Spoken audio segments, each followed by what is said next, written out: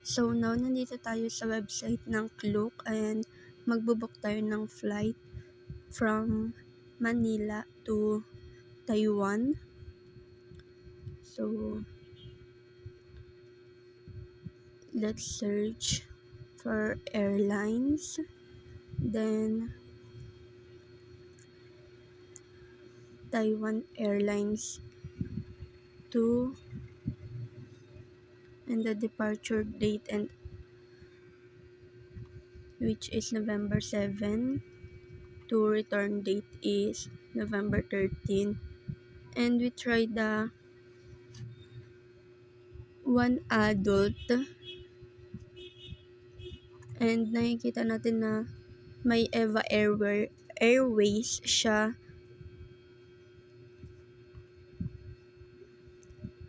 And nag-try din ako ng ilang beses dito ng with infant, pero walang lumalabas na Eva Airways. And nung tinry ko naman na one adult is may lumalabas siya na Eva Airways. And dito nag-sign up muna tayo. And after natin mag-sign up, nag-check out tayo. And as you can see, since one adult lang nilagay natin, is one passenger lang yung pwede and hindi makakasama yung infant. So, nag-try ulit tayo sa ibang airlines.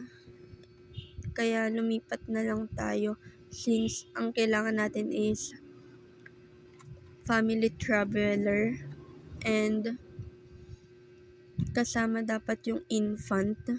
Kaya ang ginawa ko na lang is nag-iba ko ng airlines and direct flight na din siya. And ito, 2 adult and 1 infant. And we need is economy flight. And ito, nag-try pa ako ng iba dyan. Pinindot ko yung filters, yung direct flight, yung departure time, yung price. Nag-iba rin ako ng departure date if gagana nga at kung may lalabas na Eva Airways. Since walang lumalabas, so nag-direct flight tayo and pinili na lang natin is yung Cebu Pacific Air para hindi tayo mag-connecting flight or mag-iiba na lang ng airlines. So, nag-try din tayo ng start by from price pero wala talagang lumalabas na Eva Airways. And ayan, naghahanap pa rin tayo and hanggang sa nag-ano na lang tayo, Cebu Pacific na. And ito, naka-direct flight tayo. And ayan, next step na. And the next step is yung passenger name, kung sino yung kasama with infant. Since family tayo, andyan si John Jairus de la Rosa, Natasha de la Rosa, and Mary Grace de la Rosa. And contact details, itatype lang natin.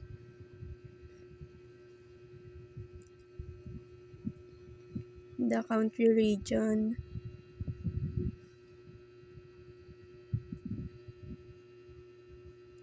Ayan, nagtatype ako dyan para direct na lang sana pero wala. So, nag-scroll na lang tayo.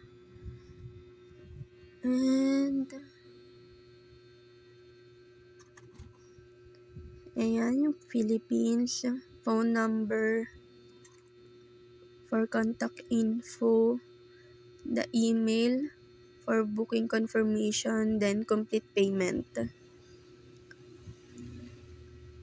And after the complete payment, lilipat naman tayo sa hotel booking. And ito, papalitan lang natin yung nights, which is 6 nights dapat and 7 days. And ganun pa rin 2 adults and 1 infant. And nahanapin lang natin is yung 3-star hotel. And ito yung beauty hotels in Taipei, yung napili natin. And magbubook lang tayo ng room, then breakfast included since family tayo. Ayan.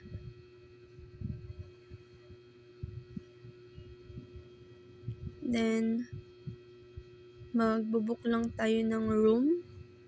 Ayan, select room and book. Pindutin lang natin siya pag nakapili na tayo.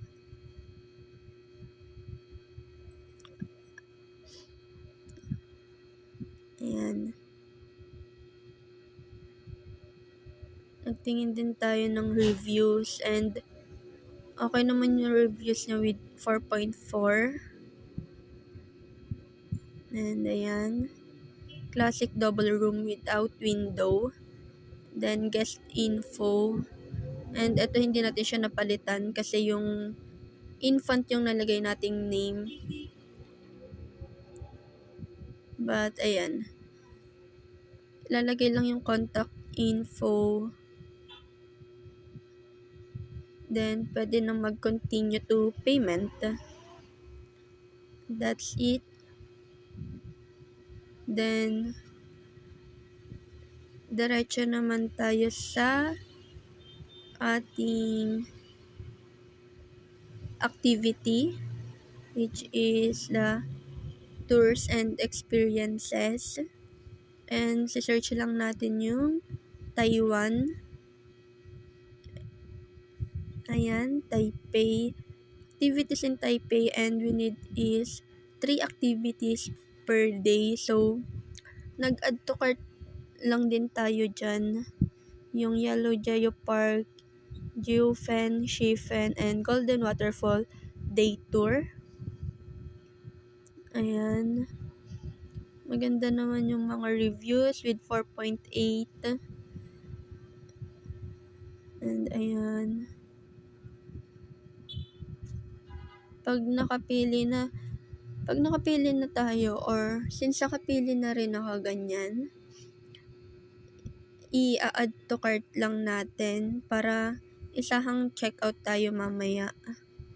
Tulad ng ginagawa ko, tinignan din natin yung itinerary. Ayan, yung package details. Ayan.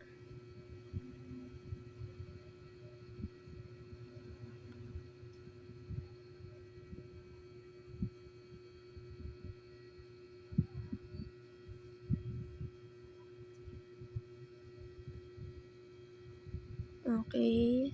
Nag-back tayo para maghanap pa ng iba.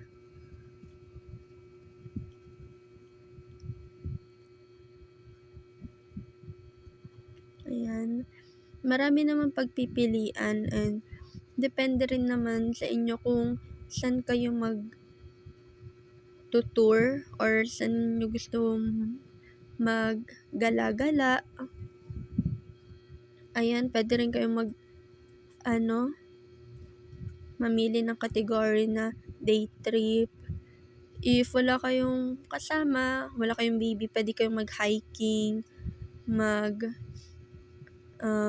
rock climbing, camping. Ayan.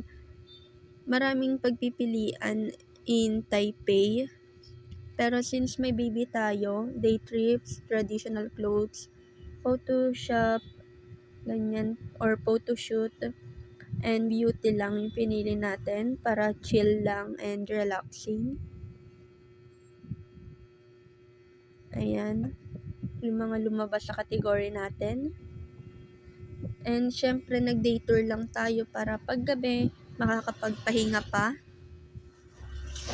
Okay. Mamimili lang tayo. Ayan.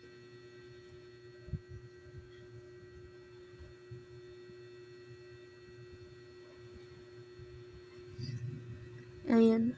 Nag-add to cart tayo. 2 adults pa rin and 1 child.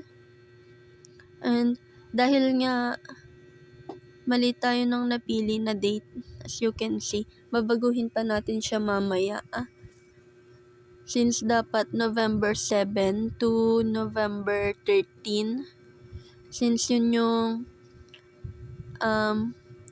date na napili natin in flight and hotel. Ayan.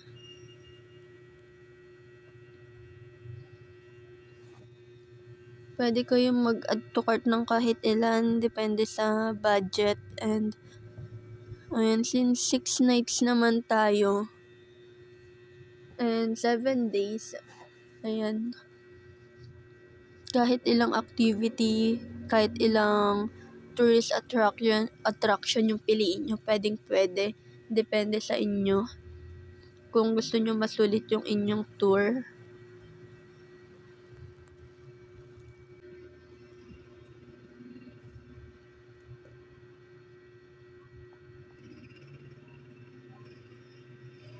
Ayan. Nag-add to cart din tayo ng farm. Para medyo chill lang tayo. Ganyan.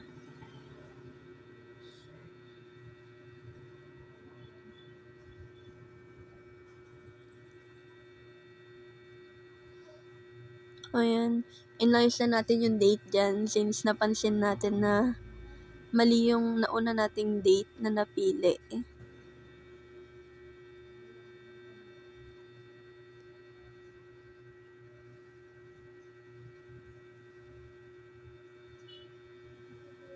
Ayan.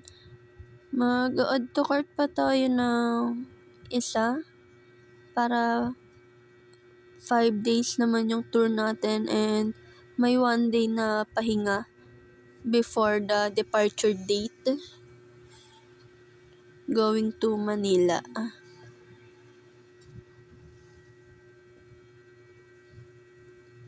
Ayan.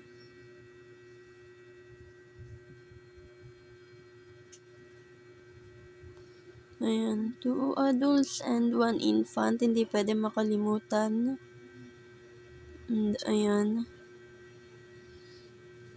And dito, ayusin na natin yung kanyang date kasama sa iba na namali. Ayan. Add to cart lang natin ulit. Then, pipiliin natin yung exact date natin.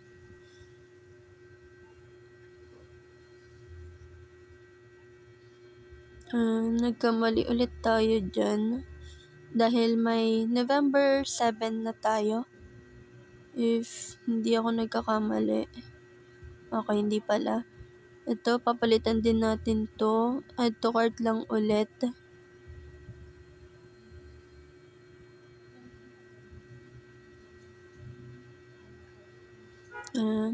Gawin natin siyang November 9. 2 adults and 1 infant.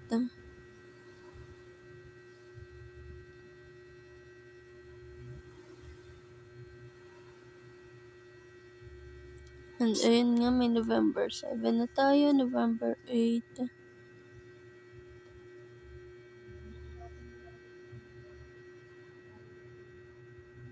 Ayun, may November 9 na rin tayo. So, didelete na natin tong isang na doble. And itong November 2 na Taichung, papalitan natin siya ng date ulit. Add to cart lang. Ayun. Choose lang ng date which is November 10.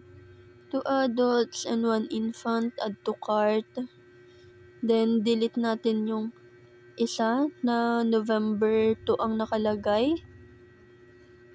para hindi madoble-doble. Ayan. Delete lang natin siya. And ito, papalitan din natin siya since naka November 1 siya.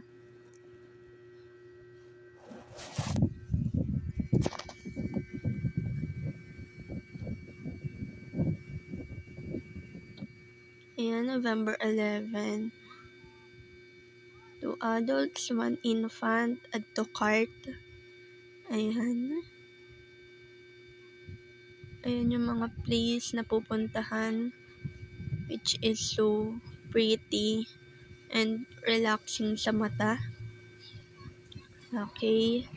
Then, ayan na lahat. Then, ibubook na natin siya. Ayan. Hindi na natin pinuntahan kada destination yung enter the required info. Nag-direct na tayo dito sa contact info and papalitan natin siya ng pangalan ng father, which is John Jairus de la Rosa. Ayan, phone number. Ayan, alagay lang natin yung phone number natin. And yung Gmail para sa update ng ating booking. Ayan. And pwede na kayong mag-proceed to save and go to payment. Okay.